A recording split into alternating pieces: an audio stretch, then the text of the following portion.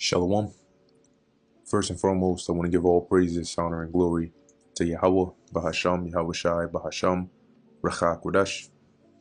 Double honors to the elders and the apostles of Great Millstone, and peace and blessings to the elect. And today we're going to go into the book of 2 Kings, the first chapter. And in this chapter, we see the death of Ahab, right, in the beginning of the reign of Ahaziah, his son.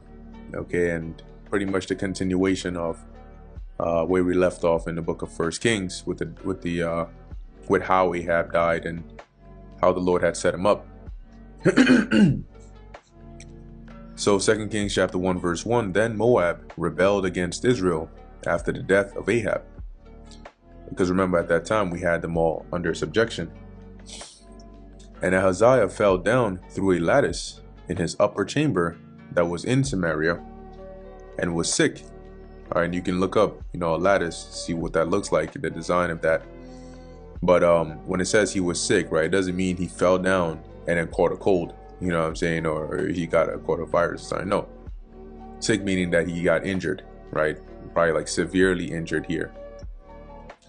And he sent messengers and said unto them, go inquire of Baal-zebub, the god of Ekron, whether I shall recover of this disease.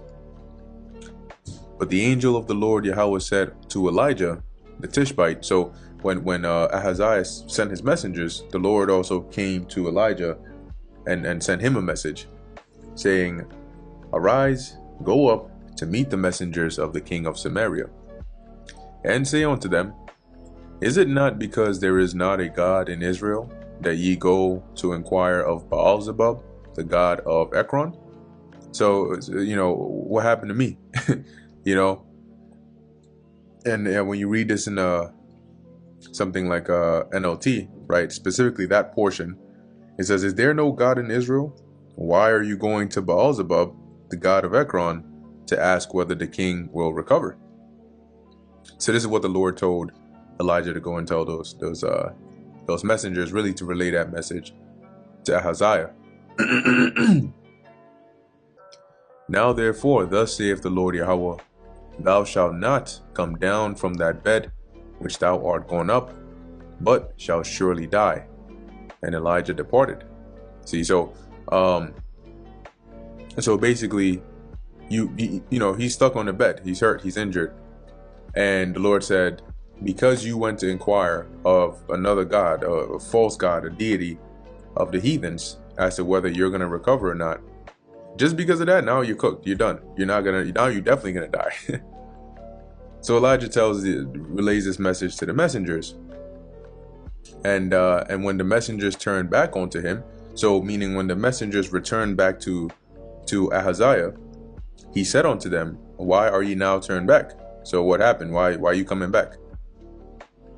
And they said unto him, there came a man up to meet us, and said unto us, go, turn again unto the king that sent you, and say unto him, thus saith the Lord Yahweh, is it not because there is not a God in Israel that thou sendest to inquire of Baal-zebub, the god of Ekron? Therefore thou shalt not come down from that bed on which thou art gone up, but shalt surely die. And he said unto them, what manner of man was he which came up to meet you and told you these words? So pretty much, like, what did he look like? And they answered him, he was an hairy man, and girt with a girdle of leather about his loins. Yeah, I think it was leather. Yeah, it was definitely leather. Yeah. And he said, it is Elijah the Tishbite. So, I mean, they knew who Elijah was, right? Keep in mind that during the days of Ahaziah's father, Ahab, Elijah had caused it to not rain, right, by the power of the Lord. And so they knew who Elijah was. They knew what he looked like. And so when Ahaziah, he suspected that this might have been Elijah who said this. And so that's why he asked for that description to confirm. Then the king sent unto him a captain of 50 with his 50. So the captain of 50 with the 50 people that he was over. And he went up to him, and behold, he sat on the top of an hill. And he spake unto him, Thou man of God, the king hath said, Come down. So you can imagine, right? Though it's in like this sentence, thou man of God, the king hath said, Come down. In actuality, right, you can imagine either the tone or the pomp or the threatening demeanor in which he might have said this in. And the reason is because of how Elijah ends up responding to him. And Elijah answered and said to the captain of 50, If I be a man of God, then let fire come down from heaven and consume thee and thy 50. And there came down fire from heaven and consumed him and his 50. So you can imagine, right, the sort of like the energy that this guy was coming with was probably one of like, well, you either come down or we come and get you. And so Elijah called down fire from heaven. Now, this fire from heaven could very well have been actual, just like a ball of fire that just like dropped from the skies, but it could also have been like, if you visualize it, it could have been a laser being beamed down from a chariot. Because remember, the chariots of the Lord, right, are always around, the angels of the Lord encamping around us.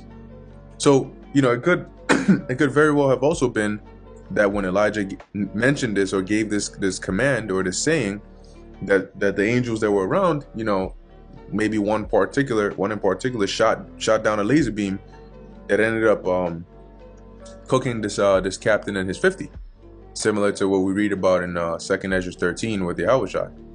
Right, but all in all, you just use your imagination here, though it doesn't say it was a chariot, right?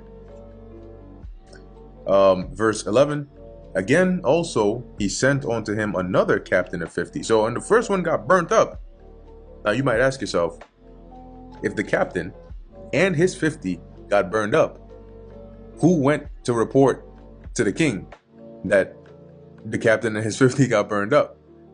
But when you think about it in a realistic sense, it obviously was not, like, it wouldn't have been just Elijah and the captain of this 50. And so Elijah's just chilling on this hill, and it's in a remote area, nobody there but him and this captain of 50.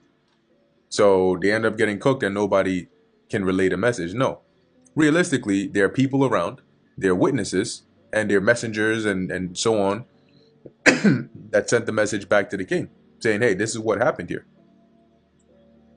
So upon this, the king sends another 50, right? Again, also he sent unto him another captain of 50 with his 50.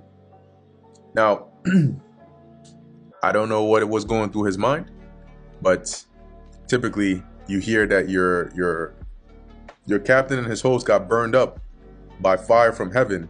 You don't usually send another host. You pretty much stop right there. But for the sake of the will of the Lord, it had to be so. So he sends another 50, and he answered and said unto him, O man of God, thus hath the king said, come down quickly. So pretty much come down right now. And Elijah answered and said unto him, If I be a man of God, let fire come down from heaven and consume thee and thy 50. And the fire of God came down from heaven and consumed him and his 50. And then before he knew it, he was also cooked. And he sent again a captain of the third 50 with his 50. And the third captain of 50 went up and came and fell on his knees before Elijah, and besought him and said unto him, O man of God, I pray thee, let my life and the life of these 50 thy servants be precious in thy sight. So he pretty much pleaded for their lives, and he didn't come in like an aggressive manner, but more in a humble manner. Behold, there came fire down from heaven and burnt up the two captains of the former 50s with their 50s. Therefore, let my life now be precious in thy sight. Now you can imagine the fear that was probably going through not only this captain, but his host, right? Having imagine you're part of this 50, or even the second round of 50, knowing what happened to the first, and you're in here, you don't have an option, so you're going.